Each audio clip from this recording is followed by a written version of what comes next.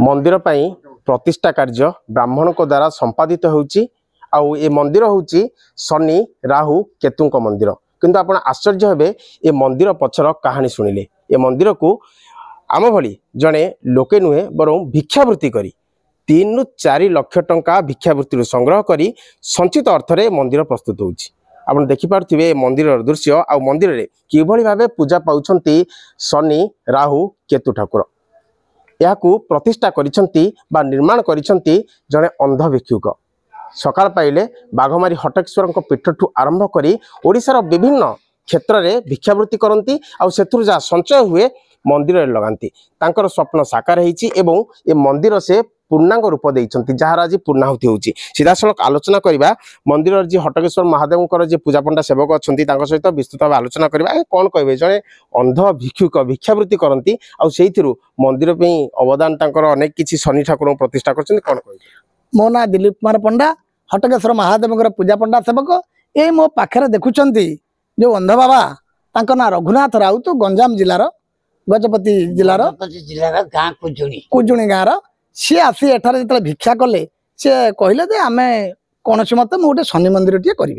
तो आम आमर कमिटी समस्त सेवायत भाई मान सब डकैले समस्त आगे कहले जे जहाँ पैसा खर्च हे मोर भिक्षा धन जहाँ अच्छी मुझे शनि मंदिर प्रतिष्ठा करी आम भी आम ट्रस्टी और आम समस्त सेवायत मैंने बसी विचार कलु ठीक अच्छे आपड़ करूँ भिक्षा कार्य आरंभ है एवं आस्ते आस्ते फेज बाय फेज बर्तमान पैसा दे चलिए एवं संपूर्ण रूप जो शनि मंदिर हो गला प्रतिष्ठा कार्य भी से कहले नाई नाई आपण मैंने भी कौटू आणतुनि एबे भी से जाई वर्तमान भी भिक्षा करुले अटरी उत्सव प्रशमन निकट में जहाँ भी आणुंट संध्या समय आम ट्रस्टी दे दौरान एवं कहते जहाँ पैसा लगे मोर भिक्षार ही से मंदिर टी है जड़े भिक्षुक महानता आखि को पिला बेलू दिशुनी केमती देखुं बहुत खुशी लगुच आज्ञा केते केते लोक अच्छा कि एमती कार्य किए करुँच आज्ञा बापा नाई माँ नाई स्त्री नाई पिला नाई छुआ नाई कि ना मन में केमिति शनि ठाकुर पुरैले जहाँ मुझे करी गोटे बदान्य कम टे करी एबे भी मुझे खुशी हूँ माने प्रशासन को मुझे कहूँ कौन मत जदि किसी वार्धक्य भत्ता हो ना अंध भत्ता हो एवं घर टे साहाय्य करते आम मैंने समस्त चिरपकृत हूँ निश्चित भाव देखिपे ये हूँ से ओस्त गछ जो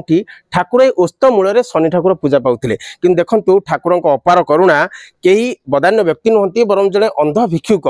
ठाकुर कान डाक पड़ी से एठारे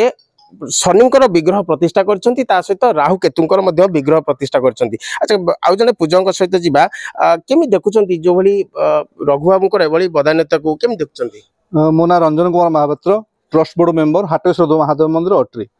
जो रघुनाथ राउत जो भिक्षा करती से विभिन्न प्रांत को जाकि भिक्षा करती जो हटेश्वर मंदिर टी आसिले ये आम आश्रय देलु और रहा खाଇବା बंदोबस्त करूँ से जहाँ भिक्षा करती सबू दान धर्म लगाती ठाकुर कम लगाती शनि महाप्रभु जो गाँव स्त्री लोक मैंने शनि उपास करती से ओस्त गछ मूले गोटे छोटिया मूर्ति रखी शनि रखी पूजा सूजा करते तेणु सी जो जानिले रघु जो जानिले जे मु गोटे मंदिर शनि महाप्रभु स्वतंत्र मंदिर गोटे तैयारी हे तेणु हटेश्वर मंदिर प्रांगण भितर शनि राहु केतु 3 मूर्ति वर्तमान बसुँच कहीं जदि कहार किसी ग्रह प्रभाव खराब पड़ुची आम जो पूजा पूजी भल मंद करुचे जो राहुंर दरकार पड़ुची केतुंर दरकार पड़ुची तेणु शनि महाप्रभु सागरे राहु केतु एकत्र विद्यमान अच्छा सी जहाँ भिक्षा करती संपूर्ण पैसा तांकर यही मंदिर लगी आज तांकर पूर्णांग प्रतिष्ठा दिवस माने पूर्णाहुति दिवस तेणु वर्तमान आमे माने समस्त खुशी जहाँ हूँ एत बड़ महान काम जो कोटी कोटी लोक कोटिपति लोक कर सामान्य अंध भिक्षारी होई से काम महान काम कर निश्चिंत भाव विहल करदेला भली कथा जे केही भी करिपारंतिनी जीवन सबु संचित अर्थ को रघु शनि ठाकुर समर्पी देइछन्ति सीधासलख आलोचना करिवा। आज्ञा स्वागत करी केमिति भावना आसिला शनि ठाकुर प्रति मंदिर करिवा पई? मंदिर करिया पई लोकों को पलगुणा देखिकरी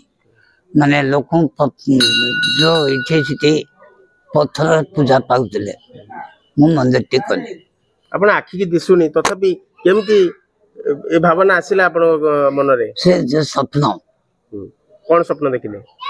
स्वप्न जहाँ देखिले किंतु शनि मंदिर टे करी बोली मु भी मानस करथि से बाबदर देखिले। केते टका खर्च करलेनी एबे? 3 लाख टका बोले कहले परा କୋଉଠୁ କୋଉଠୁ ସବୁ ଏ ଅର୍ଥ ସବୁ ଭିକ୍ଷାବୃତ୍ତି କରିଛନ୍ତି କୋଉ ଏମିତି କହିବୁନି କାମ କଟକ କାମ କଲକତା ଆଉ ଏମିତି ଆଣିକିରି ରଖିଥିଲି। ହଁ